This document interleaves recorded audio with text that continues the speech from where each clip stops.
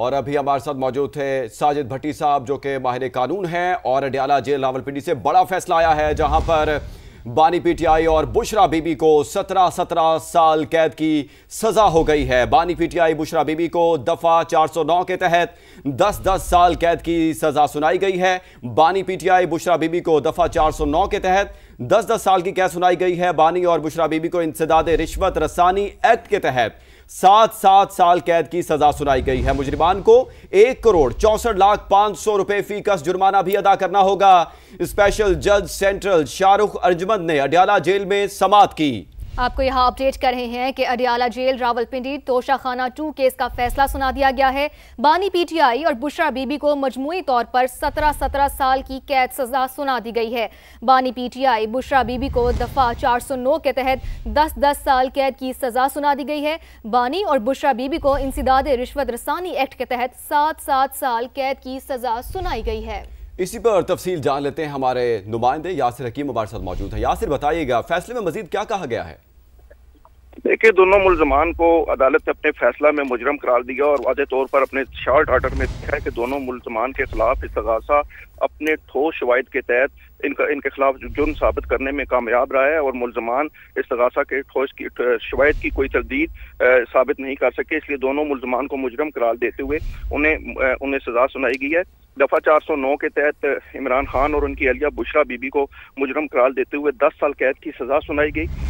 کہ انسداد رشوت ستانی ایکٹ 1947 کے تحت دونوں کو مجرم قرار دیتے ہوئے 7 سال قید کی سزا سنائی گئی۔ دونوں ملزمان کو مجموعی طور پر 3 کروڑ 15 لاکھ روپے 3.5 کروڑ روپے کے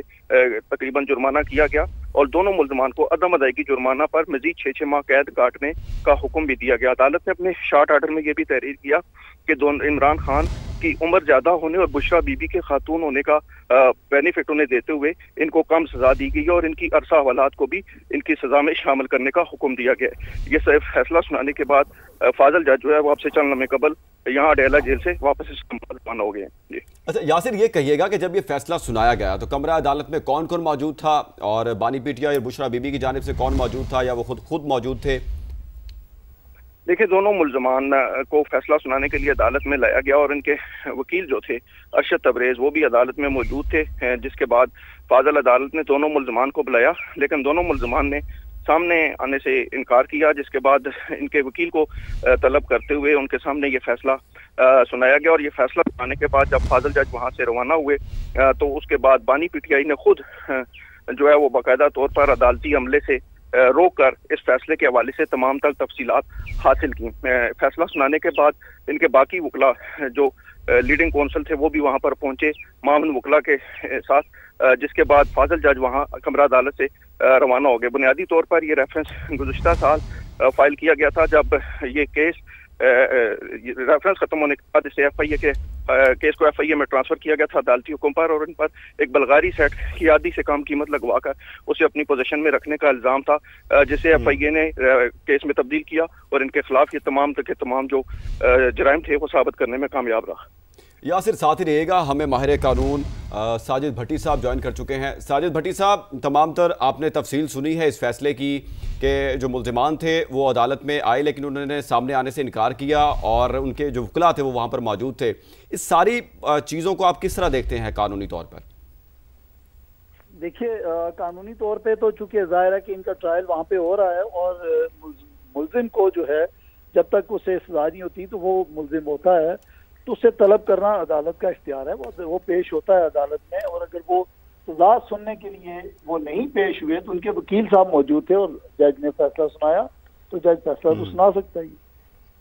اچھا بھٹی صاحب، یہ کہیے گا کہ کیا یہ فیصلہ بھٹی صاحب میں آپ کی طرف آؤں گا، ابھی ہمیں جوائن کیا وزیر اطلاعات پنجاب عظمہ بخاری صاحبہ نے۔ عظمہ صاحبہ بہت شکریہ وقت دینے کا۔ عظمہ صاحبہ، بانی پی ٹی آئی اور بشرا بی بی کو 17 سال کی قید ہو گئی ہے، کیا کہیں گی آپ؟ جی بہت شکریہ، میری آواز آپ کو کلیئر آ رہی ہے؟ جی جی۔ دیکھیے، میں سمجھتی ہوں کہ آج کا دن ہمارے لیے بحیثیت قوم ایک تکلیف اور شرمندگی کا دن ہے کہ سیاست کے نام پہ دوسروں کو چور ڈاکو کا نعرہ لگا کر اور اس ملک کے اندر ایسے لوگ اقتدار کی مسند تک پہنچے جن کا ٹوٹل مقصد جو ہے وہ سیاست کرنے کا یہ ہیرے اکٹھے کرنا تھا، اور چور دروازوں سے پیسے اکٹھے کرنا تھا. یہ جو فیصلہ آج آیا ہے یہ آنکھیں کھول دینے کے لیے کافی ہونا چاہیے ان لوگوں کے لیے جو اس جیسے شخص کو جو ہے وہ صادق اور امین کہتے رہے, اور صادق اور امین کا بھی ٹیگ جو ہے وہ کس طرح جھوٹ کے ذریعے فیک ڈاکومنٹس پہ جو بنی گالہ کی زمین ہے اس میں صادق اور امین جو ہے وہ اس کو ڈکلیئر کیا گیا. اور اتنے ہوش ربا انکشافات ہیں اس فیصلے کے ذریعے جو ہم تک پہنچے ہیں کہ پہلے جو اپنے آپ کو بہت ایلیویٹ کیا گیا یہ کہہ کے کہ جی میں تو توشہ خانہ کے رولز بدل رہا ہوں اور اب تو 50% سے جو ہے وہ پیمنٹ کرنی ہوگی توشہ خانہ کا کوئی گفٹ رکھنے کے لیے.